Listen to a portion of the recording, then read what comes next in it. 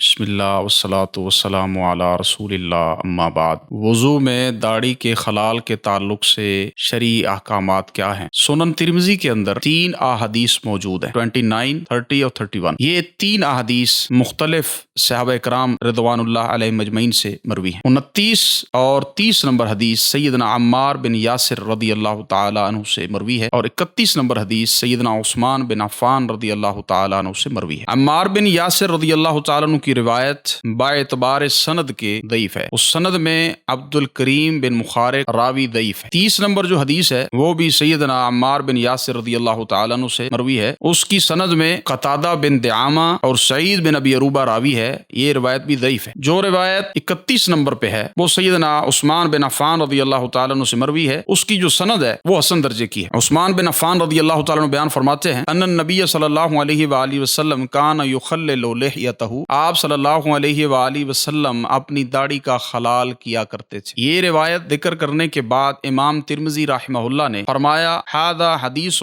حسن صحیح، یہ روایت حسن صحیح ہے۔ وقال محمد بن اسماعیل البخاری رحمہ اللہ اصح شیء فی ھذا الباب حدیث عامر بن شقیق عن ابی وائل عن عثمان رضی اللہ عنہ۔ امام بخاری رحمہ اللہ فرماتے ہیں کہ اس باب میں سب سے زیادہ صحیح حدیث سیدنا عثمان بن عفان رضی اللہ تعالی عنہ کی۔ وقال بہذا اکثر اہل العلم من اصحاب النبی صلی اللہ علیہ وآلہ وسلم ومن بعدہم، کئی ایک صحابہ کا اور کئی ایک اہل علم تابعین کا یہی فتویٰ ہے کہ وضو میں جب آپ چہرہ دھوئیں گے تو داڑھی کا خلال کیا جائے گا، اور یہی فتویٰ امام شافعی رحمہ اللہ کا ہے، حتیٰ کہ امام اسحاق رحمہ اللہ فرماتے ہیں ان ترکہ ناسیا او متعولا اجزاہ، اگر کوئی بندہ وضو میں داڑھی کا خلال بھول جاتا ہے تو اس کا وضو درست ہے، وان ترکہ عامدا اعادہ، اگر کوئی بندہ وضو میں جان بوجھ کر داڑھی کا خلال نہیں کرتا ہے تو اسے خلال بہرحال کرنا پڑے گا۔ معلوم ہوا صحیح حدیث سے داڑھی کا خلال کرنا یہ اللہ کے رسول صلی اللہ علیہ وآلہ وسلم کی صحیح حدیث سے ثابت ہے۔ جب بھی